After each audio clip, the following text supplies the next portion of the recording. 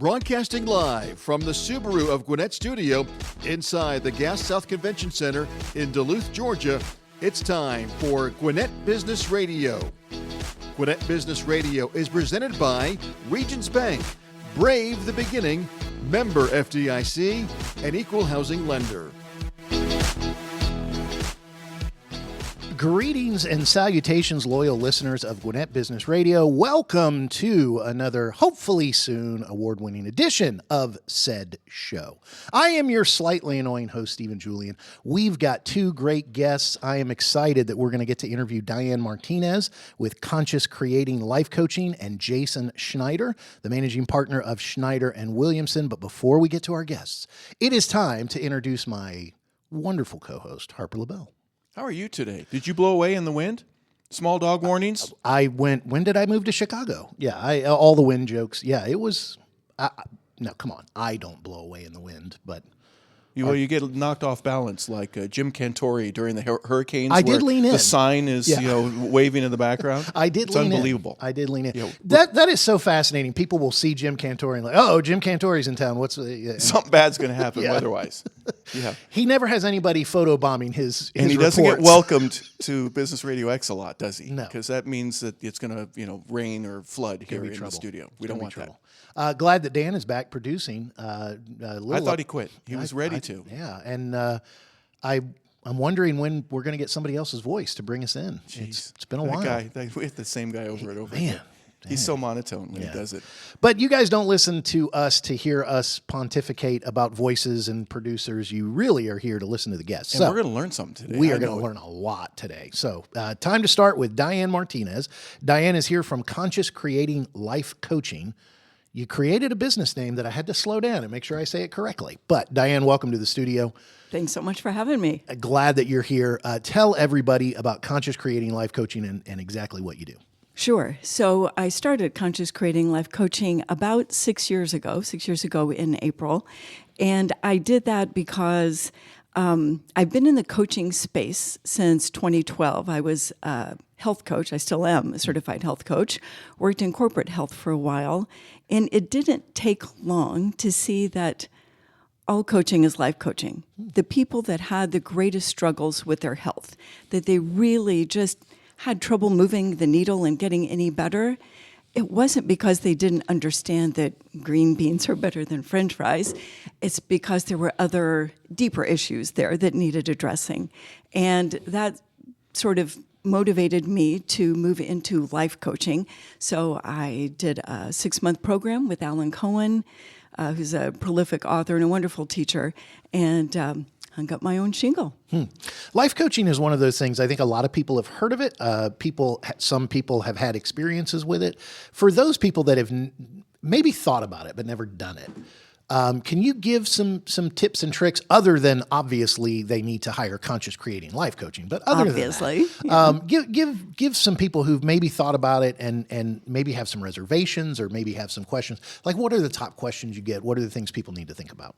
Well, when people come to me, the absolutely most common complaint that they have is that they feel stuck. Nothing is horribly wrong in their life. They are usually employed, usually professionals. They might have a family and a nice home, but they feel like there is just things aren't going as well as they could go. Something is amiss, and they have no idea where to start.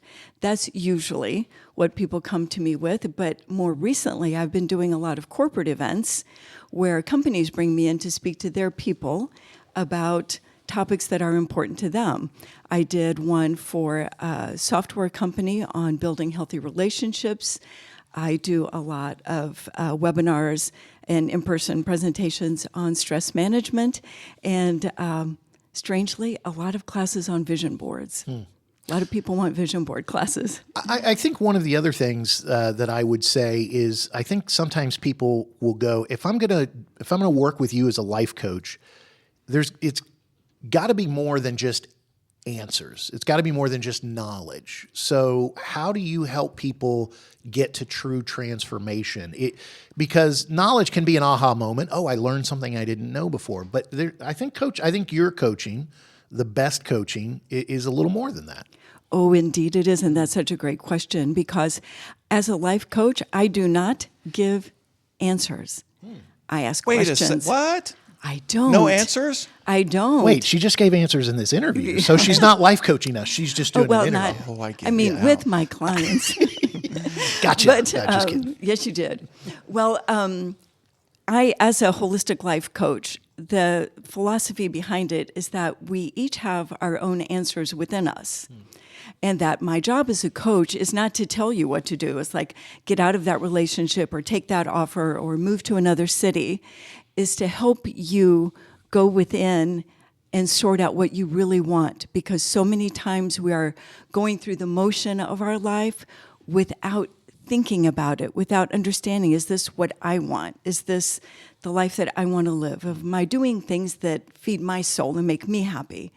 And usually it doesn't take that much digging, because if they're reaching out to me, they have been uncomfortable enough, long enough, that they are ready to do that reflection and do it. So I don't tell people what to do, but I help them sort out their own. And actually, what we're really going for is their best next step, because life can unfold in beautiful and unexpected ways. And if you just know what you want to do next, that's enough to put you on the path. It seems like I have a difficult time making the decision that green beans are better than French fries. You said that earlier. Yeah, I I'm not there disagree with yet. that Yeah, I'm statement. not Yeah. sure if I can. I'm going to have to change. I mean, that's what you're asking people to do. Commit to it. Yep. Practicality. In other words, I know what I'm supposed to do, but I'm not doing it. I'm sitting in my chair for 8 hours a day, and then I don't have the energy to go to the gym beforehand, and I'm always running late, so I can't go before, and I don't want to do it after. Practicality, though, and putting things into exercise isn't easy to do, but once you do it, then you get the results. So how do you get somebody to go from, well, I think I have a problem here, to where they go to the next step is help me get to that next step? Yes, that initial inertia of just having trouble getting out of the gate and actually starting something. Some is in the mind, but then some is in your actions as well. You've got to get your feet moving, or so to speak, right? Oh, absolutely, yes. There is magic in motion. We can conceptualize, we can talk about grand and lofty things, but if nothing changes in what you do, then nothing will change. So to me, it's the baby steps. So many times we go for the dramatic things. It's like, lose 40 pounds in 2 weeks. That's like, no, you're not. Let's lose No, 5 you're- first, right? Let's lose 5. Let's start with 2. Okay. So it's the baby step. We're not going to change everything across the board. Let's start with something simple. And this is where I listen keenly to them to try to hear their story, to hear the blocks that they have in their mind about why they do what they do and why they can't possibly change, and just sort of tease that apart bit by bit. And it's always sidling up to things. We humans don't take change very gracefully. We don't, do we? I know. Yeah. I'm sorry. I should have made sure. I hope all of our listeners are sitting down. But we don't take change gracefully. So the ones that say they do, they're liars. I don't take change very well, even though I tell people, yeah, that's okay. You go ahead, do whatever you want, and I'm changing, which I don't like. But Yes. recognizing that and being not only educated, but brought to multiple different answers that might work better for one person than it does for another. It's okay, right? It's a Totally find the answer okay. that works best for you. Absolutely. I mean, it is all very personalized, and that's why I love my one-on-one coaching, is because I meet my clients where they are, even though I have a 3-month program, and each session has a theme to it as I, walk them through it. It's always looking through the lens of their personal life, because nobody wants other people's answers or my answers or my opinion. They want their own. So we are always approaching it. But is it fair to say that there are answers there? But if I only know the one, then that's all I know. So I'm only going to do you can't do what you don't know. So yeah, I put it this way. When I coach kids, I usually say 2 + 2 is, and then they answer 4. I'll say it a second. I'll say it a third time. And they'll look at me like, what do you think? You don't think I know math? 2 + 2 is 4. You got to put this foot in front of the other and swing the bat, and then you're going to hit the ball. But 3 + 1 is also 4. 1 + 3. So there's different ways that you might do this that another kid doesn't do, but the result is that you hit the ball and you end up on second base. Mm-hmm. Right? So there's different ways to get to the same Absolutely. type of goal, and you help to point out what some of those other options are that may work. They may not, but at least I know a little bit more about the vast variety of options that are in front of me. You help point that out, correct? Absolutely. It has to be something that, resonates with them at least a little bit. Practices to get them started. And I always encourage people to personalize what they do, see what works for them, and be light about it. Don't feel like they have to squeeze out the right technique, the right answer, the right approach at the beginning. This is a process, and you have to have, I almost named my business Space and Grace, because you have to have space and grace to allow yourself to experiment, to try, to, have it not be a success, get back up, try again, do something else until you sort out the right path. And if you can be comfortable with that journey, then you're really golden, because that's life. Yeah. We're speaking with Diane Martinez. She is the creator and owner of Conscious Creating Life Coaching. We also found out in this interview that Harper is available for math tutoring. So make sure and check him out on Facebook and LinkedIn. Just addition. I don't do subtraction or division. I was going to, because so the slightly annoying side of me and also the math mind that I used to have a long time ago, you said 3 plus 1. That's a great thing. And I went, yep, so is 5 minus 1, so is 4 plus 0. So's 2 times 2. So it was irritating. You should write a book about that, I or should. we should And talk no to one would somebody read who's it. written a book. Oh, let's do it. So Diane, we're gonna. So there you go. Led me right into the book. See, I had another question lined up. Let me ask my question, then we'll get to the book. We'll tease the book. Diane, I wanted to ask you this. I'm going to put you on the spot. We're going to see how good of a life coach you are, sitting across from people you just met. Is there one simple but powerful mindset shift that people can make even today? Is there something you can give our listeners that are listening today and go, hey, if you made this shift, you might be able to start consciously creating a life that you love, which kind of is in your tagline. Absolutely, yes. I mean, I wouldn't be sitting here if I couldn't. People need to realize that they have tremendous creative power, most of the time that is untapped and unconscious. That's why I named my business Conscious Creating, because we are each creating our own life experience through the beliefs that we hold, the thoughts that we think, and the words that we speak. Now, if those are all playing along, below the radar of our awareness, the creating that we do is usually haphazard, kind of mixed results, some good, some not so good. But if we elevate those things to our awareness, we become aware. It's like, oh, I believe that if something can go wrong, it will. How does that serve me?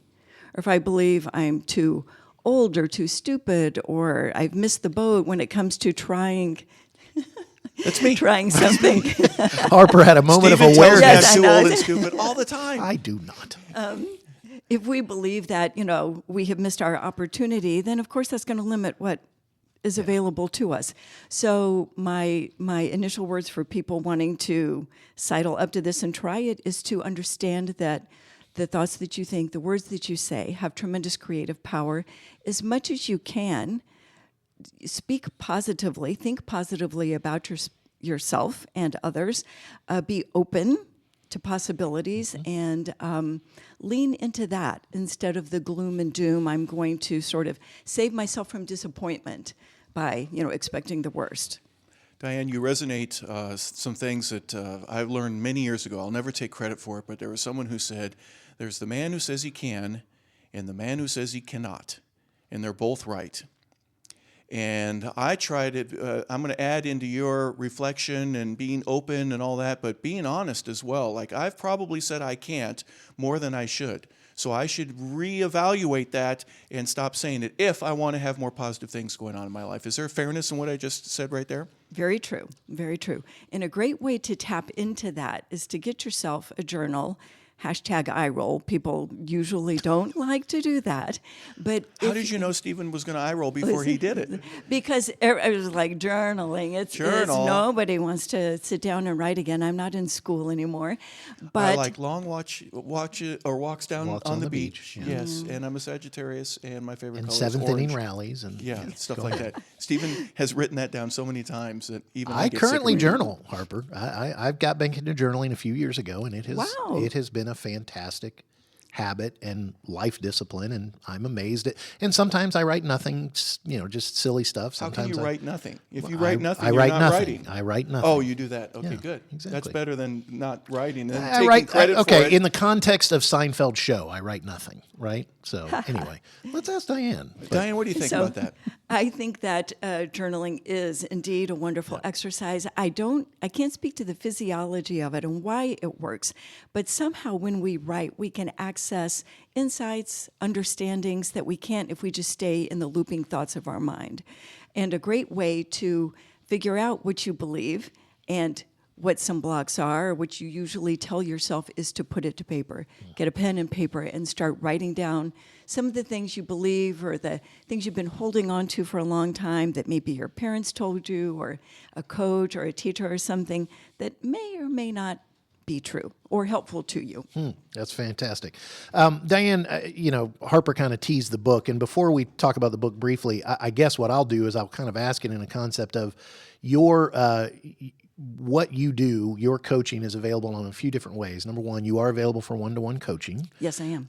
You also do classes. If there's a business owner listening who wants to kind of help people with vision boards, you talked about that. You've also talked with municipalities. You've gone in and talked to city governments and city employees and county employees and things like that. And then if people are not ready to take those steps, there are two other steps. So I want to ask you about the book, and then I want to ask you about Patreon. So let's start with the book. The book is available on Amazon. Tell us about the book that you wrote.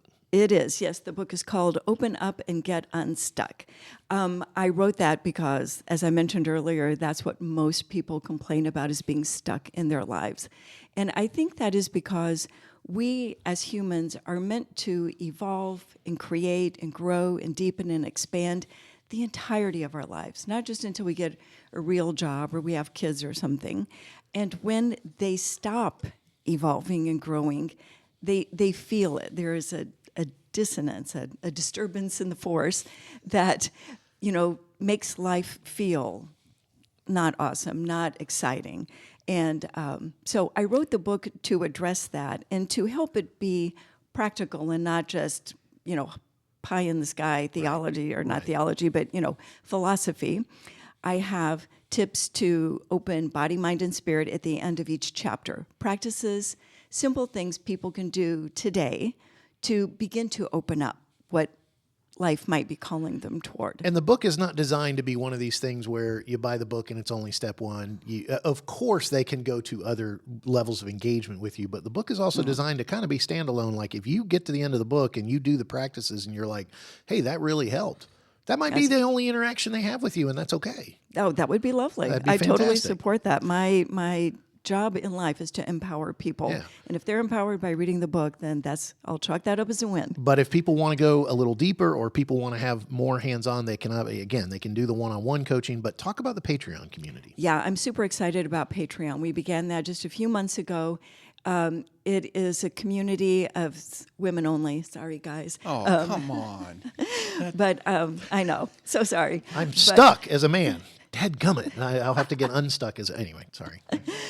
Mixing metaphors. Go ahead. What I like about Patreon is that it does make life coaching available to a much greater swath of people, because one-on-one coaching is expensive. One-on-one coaching of any kind is more expensive. Patreon makes it affordable for nearly everybody. They can join at whatever tier they want. There's no contract. There's no limits. They can move between tiers, jump on, jump off as they like. Yet the quality of the content is there. There's videos, there's worksheets. We have lives, questions and answers, behind the scenes videos, trying to share as much as I can with the members, and the members vote on the topic for each month.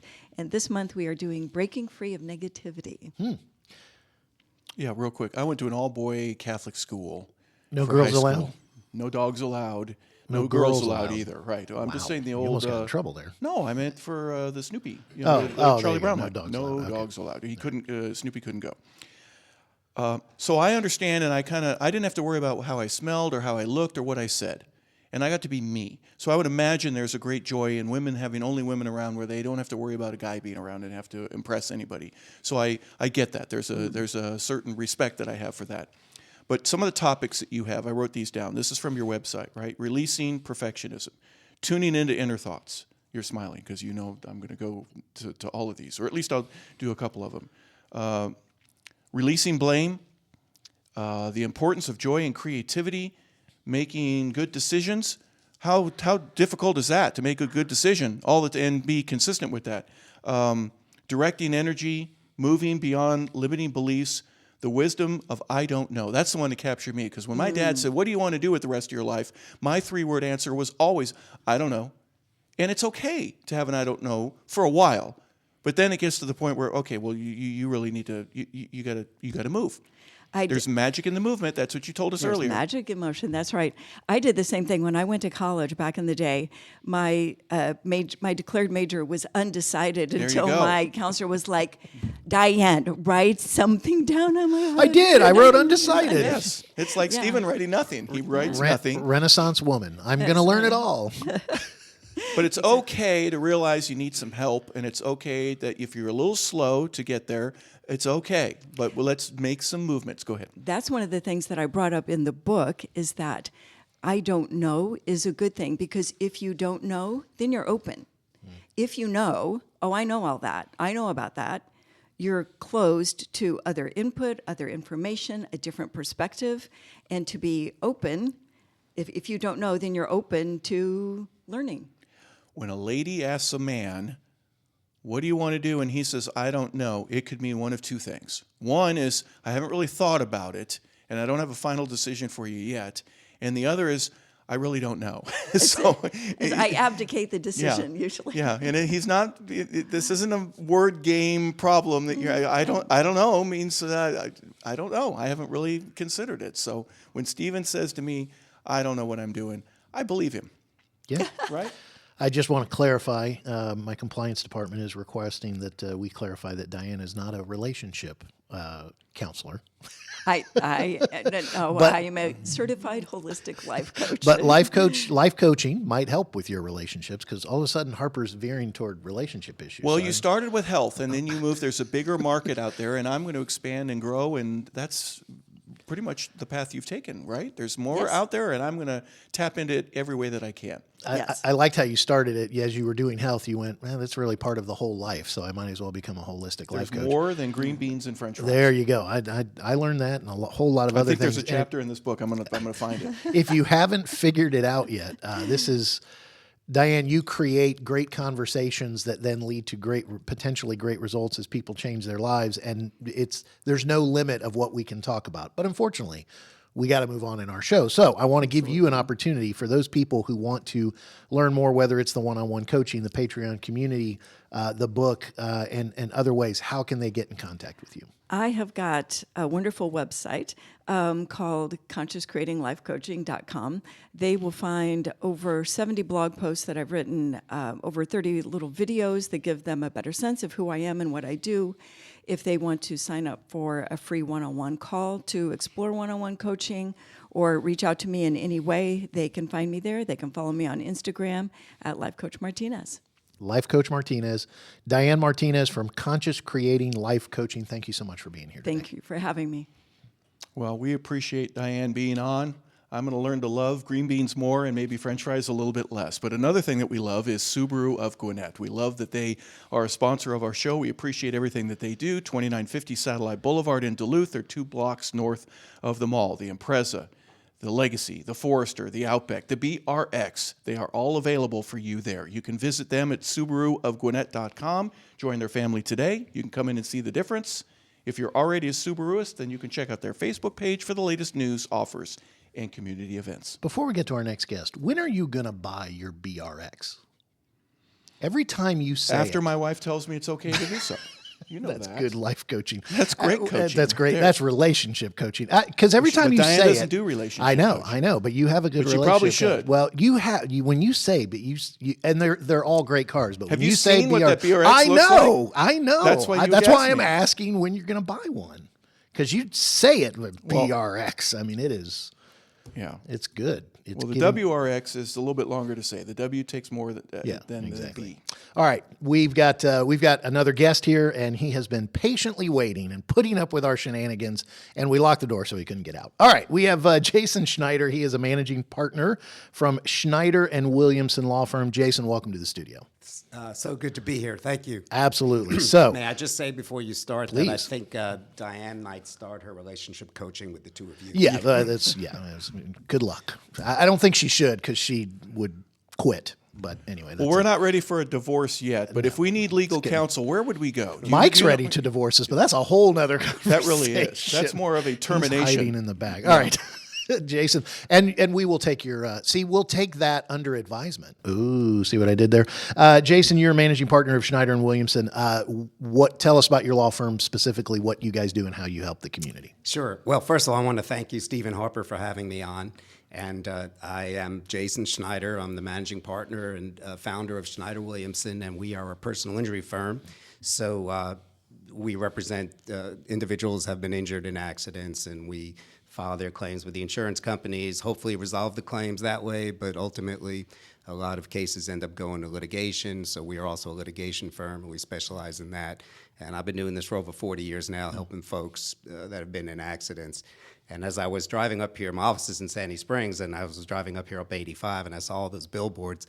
I thought a real interesting topic, if you want to get into it, is how does a small firm compete with the behemoths? And that's something that really applies across a whole bunch of industries. Yeah, I was going to ask that because I was going to say you've been in business for 40 years, and you're not and we won't grace them with any of their taglines or anything like that. In the old days, they were on the back cover of the Yellow Pages, and now they're in huge billboards and all these commercials.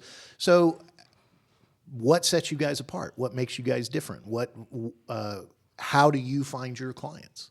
Right. So, yeah, and I don't want to disparage any of those firms. No. Obviously, they do great work. Mm-hmm. And I guess what I'll analogize it to is some people like going to the Home Depot and some people like going to the corner hardware store. Mm-hmm. And Atlanta, I think I've heard the figure, gets 1,000 accidents a day, so there's room for everyone.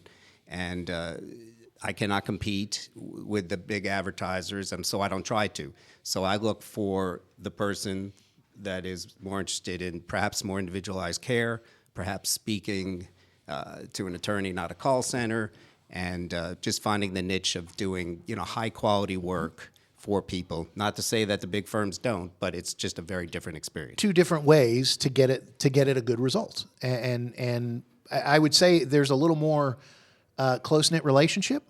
So let's just ask this: your total team. How many attorneys do you guys have in your office, and just kind of talk about the team that you've assembled? Yeah, so there's 3 lawyers in the firm, including myself, and we have a staff of 5, so I have 3 paralegals.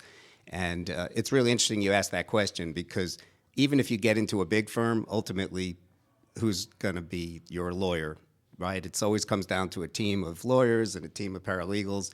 So really, when you come right down to it, no matter what the size of an organization is, you're shaking your head because you've obviously dealt with a lot of organizations over the years. It always comes down to who's my lawyer, who's my paralegal, who's my case manager. So we do the same quality work, or I'd like to think better quality work than larger firms, because just of our experience and our dedication to our clients. And again, this is not a disparaging comment, but the person we see on the commercials, the person we see on the billboard, you're not meeting with that person, right? You're meeting with your particular attorney that's going to take on your case, and maybe there's more than one in a particular thing. So let's ask this: when it comes to being a personal injury attorney, what are the wrong times that people call a personal injury? Is there a wrong time to call? Is there, because obviously an event happens. Would your advice be, hey, if you've got even one iota of thought of I might need to talk to an attorney about this, go ahead and call and start the process? Would that be the advice? And what other advice would you give around personal injury? Sure. I'm going to step back a minute and talk about another behemoth in my industry, and that's the insurance companies. And they have done such a good job. They have great commercials. I laugh at them. We all know the Gecko, and we all know Flo, and you're in good hands. And so the insurance companies have done a great job in educating the public, or miseducating the public, that you don't really need a lawyer if you're in an accident, that we will take care of you. So I cannot tell you how many clients have like been, oh gosh, I really didn't want to call you, and why? You know, what do they know? They've just been really indoctrinated by this advertising.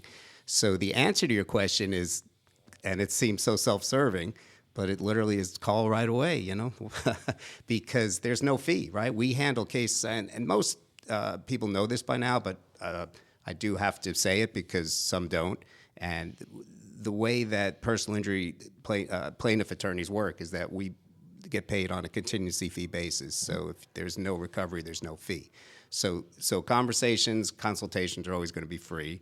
So I always recommend that clients, anybody that's been in an accident or has a question, you know, reach out and ask the questions you have, because as everyone always says, there's no such thing as a bad question. And to your point, talking about the insurance companies, I find it interesting that I don't know if anybody else has had this experience, but especially over the last 10 years, it seems like anytime even I just call about my home or I call about something's happened with my car and it wasn't my fault or whatever, the number one thing an agent will say is, well, let's not make a claim unless we absolutely have to, which I'm like, well, what am I paying for then? So I just want, I guess I'm piling on a little bit, but I mean, that is an illustration of your point that you're making. Well, that's a little different point, Yeah. but yes, so common that I have so many clients say, well, I don't want to make a claim. And it's, okay, so why do you, I mean, you have to have some basic minimum coverage, but you don't have to have this extra coverage. And what I say to them is, if you don't want to make a claim, cancel that coverage.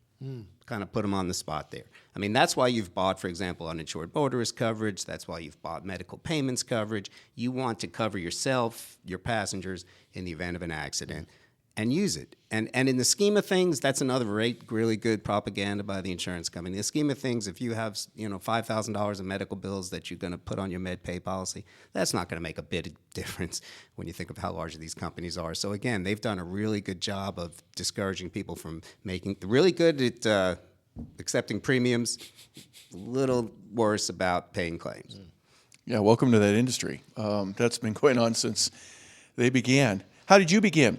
40 years ago, you said. So what was it about law and going to school and I want to do this, to where you develop a passion for it? Well, that is such a good segue, because I'm going to have to admit that when I graduated from Emory Law School, I went to work for a firm that represented insurance companies. Okay.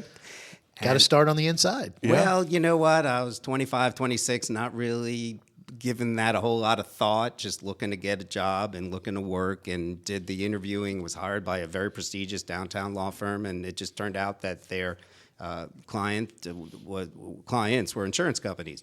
So as it turned out, it was great experience. Absolutely. Yeah. I would think now you know what it's like on that side of the plate. You switched over from the dark side, right? Oh, you've heard that expression. Yes, depending on your point of view, who's in the light and who's in the dark. But I really did have an epiphany moment when, you know, I was about 4 or 5 years into doing the insurance side of it, and just took depositions of this very nice couple whose child had been in a horrible accident. And they were I was on this kind of like being mean and being tough, and they were so kind and gracious. We talked earlier about grace, and they showed me so much grace that I was like, boy, I want to be representing people like this. I don't need to be representing this insurance company, which, look, I don't want to denigrate insurance companies too much. They do great, right? We all need it, and they do pay a lot of good claims, and, you know, sometimes they need a little pushing, but you can get them to do the right thing. So, and there are a lot of good people, as we talked earlier about law firms. You know, insurance companies are made up of people, so you do get to the right people, you do get great results. But I decided then and there that I'd rather be representing the people, the victims. It'd just be more satisfying for me to do that kind of work. And from a business perspective, breaking off and starting your own, now you have Carlton Williamson, right? You have a partner, but that's not an easy process to do. Tell us what that was like for you in terms of, hey, I'm not going to be under the umbrella of anyone else. Now I'm going to be the umbrella and provide for, 5 others that you have there along with your partners. So I love that, Harper. You know, and it's so interesting we didn't talk about what I talk about, but that was a huge step, right, from going from a law firm and a salary to just being on my own. I started out as a sole practitioner. I mean, I joke, I had a sign, you know, I will work for food, because what I ended up doing was finding a law office that had an office for rent, and I literally said to the lawyer, I can't pay you rent, but I'll do work on your cases. So I started out, you know, I went from a nice downtown law firm salary to just scraping a lot around, and started to network. lawyers that I knew from law school, lawyers I knew from downtown law firms. This is what I do now. And then, of course, as you get clients and you do good work for clients, then they want to refer you to other people. So I really started from the ground up. So to the listeners out there, like maybe I'd like to start out on my own, but I do have a mortgage and I do have expenses. Like, how am I going to go from this salary to starting? There is a path for that, and I'm living proof of that. Yeah, the risk level and the uncertainty of all of that. But you had to, at one point or another, trust. Look, I'm good at what I do. I love working for people and helping them. The family that you mentioned, that there's an emotion to it, but there's also the practicality, the science of it. Hey, I've got to win, right? I've got to be better at law and remind these agencies that there is a stipulation right here and you're not adhering to that, so let's make this right, make people whole. That's your goal, right? You want to make everybody as whole as you physically and obviously legally possibly can. Yeah, so interesting because Diane talked about motion and as I look back at it now, it's like, wow, I just, with the faith that I took that step that I could just go and do this, it's like, wow, and I think being young, it probably helps, younger. As you get older, you get a little more set in your ways, and I know it's important to get out of that dynamic. But yeah, looking back at it, it's like I did have that belief in myself. Obviously, I still do, and what I've shown over my career has proven that. But yeah, it takes a little. I don't even know if there were life coaches around back when I did this, but maybe you need some advice or some help, and I obviously could be a resource to any young lawyer thinking about it. But yeah, you believe in yourself, you do the good work, and good things happen. Well, the legal term would be putting it into practice, wouldn't it? And you're putting into practice what it is that you believe, and it's been paying off, right? That's the neat thing about it. Talk about the growth of the business for you. You mentioned that there's billboards everywhere, and there's got to be a possibility for people to find you in a clearer, more direct way than what it was 5 years ago. So have you relied heavily on not just word of mouth, but websites and information that you put out so that people are aware of what it is? Not that they're in an accident, but if they are in one, they want to call you. Yeah, thank you for asking that. Yeah, so we obviously have a website, SchneiderWilliamson.com, and I try to get my name out there by doing events like this and reaching people. And then, of course, many lawyers do personal injury, but don't necessarily do the litigation part. They try to settle the claim with the insurance company, and if they can't, they're looking for a more experienced firm to do that. So I've kind of built out that little niche of doing what's known as litigation for lawyers that try to settle cases and don't. And there's a fee-sharing arrangement where that's very helpful. It doesn't cost the client anymore to have a more experienced firm. So you have to find a way to compete in a very saturated market. And you have to find people that are looking for help and people that want a different kind of service.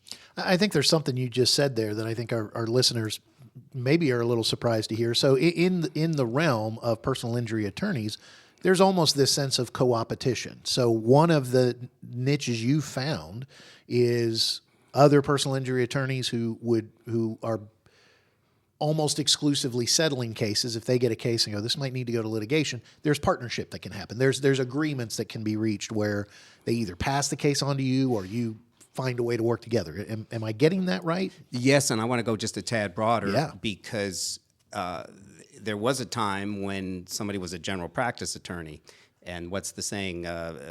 Master of none. What is that saying? Jack of all trades, master of none. There you go. Thank you. So Point to Harper. All right. you knew that so well. Because I'll mark that down. Maybe Okay. you've heard that. I don't know. I've been told I am that on numerous occasions. Why do you think we're podcast hosts? Right. So let's broaden it a little. Then I'll come back to the personal injury attorneys. There's somebody that does well. At this point in the legal field, everyone's a specialist. So there's people that just write wills. There's people that do divorce law. There's people who do corporate work. So I try to market to anybody who's a lawyer, and maybe their client's son has been in a wreck, right? So there's a huge market, not only for the personal injury firms to hire us, but for any lawyer. Because, recommending somebody is such a reflection on you, right? It's so important. Like, I struggle sometimes when a client asks me, well, who does this or who does that? Now I know who does podcasts, but We're going to get referrals, Harper. All right. It's important for a lawyer, I'm joking, but it's certainly, you get it. It's certainly important because it's going to be ultimately a reflection on you. Apart from the money side of it, right? You just want to make sure your client's taken care of or your client's relative or son. So there's that market. Any lawyer listening that has the unfortunate situation of a client being in a wreck, could use the right help. And then, of course, the insurance companies, when cases go to court, they throw just like the movies, you've seen the John Voights come in with the briefcases and 5 lawyers behind them. It's intimidating. And, a smaller law firm can really just need the help to win that case, because they will throw stuff at you and you got to fight back. Have you ever walked into court with the Joe Pesci Southern outfit with the bow tie and all that, and Fred Willard or not Fred Willard? Fred Gwynn. Yeah, he's going, "Are you mocking me?"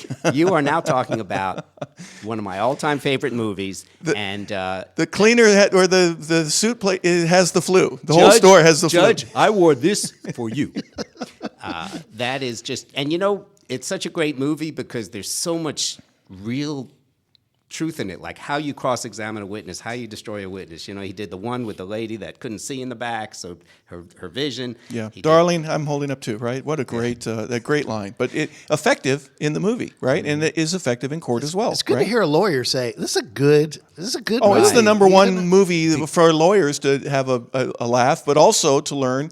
You know what? He was pretty smart there at the end of the movie. He won the case because of, and fill in the blank. Unlike the original Perry Mason TV show that lawyers go, it's never like that. They never just, admit on the stand. And, it's funny you thought of that because, I'm no Joe Pesci, but sort of that scrappy, I think you got the sense of what I was describing is just scrappy. How about him? He's like, I'm just starting out. I could take on this murder case, for my nephew. And look how it turned out because he was that good. You mean you could see what happened at the Stop and Shop, whatever, through all these brown things. What are they called? Leaves. Through all these, oh my gosh, there's some great lines in that movie. However, if I'm in an accident, and whether it be a fender bender that is only a couple of dollars worth of damage that you and I both know that we can fix without a claim, or if it's something where there's a serious injury, where it happened, where we live, the nearest jurisdiction, there's a lot of questions that people might have that you can help to answer to at least get you started in protecting yourself if something does happen. Is that correct? That is. And when we talked earlier about whether you reach out right away or you wait, it really is important, even if you think you're okay, to get checked out, because if you do what a lot of people do when they're hurt, it's like, I'll take some Advil, I'll see if it gets better, and a week goes by, and then you say, you know what, I don't feel right, so let me call my doctor, and it's another week for the appointment. So then you're 2 weeks into your post-accident date, and you finally go see someone. You know what the insurance company's going to say to that? You couldn't have been hurt, or you would have gotten immediate medical attention. Of course, if you do the opposite, if you're in a little fender bender and you go to the ER, they go, oh, why didn't you wait? So they will have an answer for anything, but it's much better to get checked out, start your case. Obviously, if somebody's seriously injured, they're going to know they need legal representation. Well, maybe not even in that situation. They might think the insurance company is going to treat them fairly, as we talked about it a minute ago. So back to my... how often do you get treated fairly? Rarely. Rarely you get treated fairly. Rarely in life. There's a song in there somewhere, right? Rarely in life. So certainly in a business context where remember, insurance companies are in business to make money, right? Not to be your neighbor, good neighbor, not to be your friend. I mean, look, they are. You mean I'm not in good hands? Possibly? He's not saying that. He's just saying those hands are depends. not your friend's It hands. depends. It depends. Yeah. So I think everybody listening who either owns a business, is involved in a business, has family, has a car, I think they need to take down your information, and I think they just need to have it on hand so that if they ever need a good personal injury attorney, and probably they could also use you if they just need a good estate attorney, or because you've met them and you've probably got some good referral sources for people. How do people get in touch with Schneider Williamson? Right. Thanks for asking. And yes, I'd like to be a resource because, as we said, I'm a little smaller. I am a resource to people. You can call me for advice on just about anything, and if I can't help you, I will direct you to somebody who I trust who can. So yes, my name is Jason Schneider. The name of the firm is Schneider Williamson. Our website is schneiderwilliamson.com. We're located in Sandy Springs, and yeah, please, look at my website, flag it, bookmark it. Phone number? What do you have, a business line? Business line is 770-394-0047. If you want to reach out to me directly, it's jason@schneiderwilliamson.com. And I'm going to spell it just for those people who are too not bold enough to go, I want to make sure I spell Schneider right. So it is Schneider. And you know what? I'll spell Williamson too. Williamson. SchneiderWilliamson.com. What was the show with Schneider? The Bonnie Franklin was Yeah. the head. One day at a time. One day at a time. Was that one day at a time? It was one day Schneider. at a time. And we were talking earlier about the Dodgers. Dukes, it's not Snyder. It's not Snyder. No. It's Yeah. Snider. No, it's Schneider. Yours is. Yours is. Yeah. Duke Snyder is Snider. Yeah. Don't go there. Oh, with him. we've gone- He knows yeah. his stuff. Yeah, Baseball. sorry. Don't go down that alley unless you want to be corrected. Willie and the Duke. All right. Jason Schneider, thank you so much for being here. Had a good time. Had a great time talking to an attorney. What do you know? That's a good thing. And I can't believe we're out of time already because there was so much more I'd like to say. Then what we need to do is bring you back on another show. I'd love to. All right, you'll have to talk to Dan and Mike about that because look, we're just the irritating, slightly annoying podcast host. That's my No, job. you were right with irritating. Yeah, it was a irritating Freudian too. slip. But yeah. my gimmick is slightly Your annoying. Honor, he said irritating, and he I'd has like to it stick entered with into it. the record that my co-host is here. Well, then, if I'm irritating, what are you? Ready to go. Okay. Yeah, I'm the award-winning. That's right. We're working on that. We're working on that. But I also want to thank Diane Martinez from Conscious Creating Life Coaches. And She didn't bring yet a again, whistle. Jason Schneider. She didn't have a hat. Schneider She didn't Williamson. have a clipboard or a pair of black spot She built left shoes. them all in the car because we said you can't bring those in the studio. Oh, I didn't know you I left can the throw memo. Gatorade on you if you want me to. What color? What color Gatorade? Because there's going to Orange. be a Harry. The original yellow. No, the or original orange? is the lime. Yeah, it's orange green. because orange is the cover of her book. Yeah, she's going to do Open orange. up and get unstuck. She's an author. All right. Should we keep talking until Mike stands up? Of course. Mike's sitting back I wanna- behind the thank the glass. Dan- He's sitting behind the He's probably glass. asleep by now. I want to thank, not because of our guests, but because we irritate him so much. I want to thank Dan for producing the show. Dan, welcome back. Glad you're here. You Yeah, did a thanks for great not job. quitting on us, Dan. Yeah, We and appreciate that. because then we'd be stuck with Mike and we'd be dead within a week. So thanks, Dan, for producing the show. Harper, thank you for co-hosting with me. I had a great time.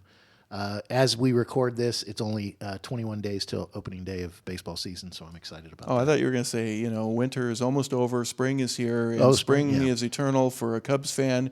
It's always wait till next year. That's right. But I'm not a Cubs fan. But you don't have to But wait we till felt next like we were year. in Chicago today. Nice segue all the way back to the beginning of the show. Yes, that's what I why do. you're the pro, the award-winning co-host Harper LaBelle. So for Mike, who is irritated in his cubicle, and for Dan, and for Harper, this is Steven saying, one day we'll get Mike on the show, and we will catch you next time on Gwinnett Business Radio.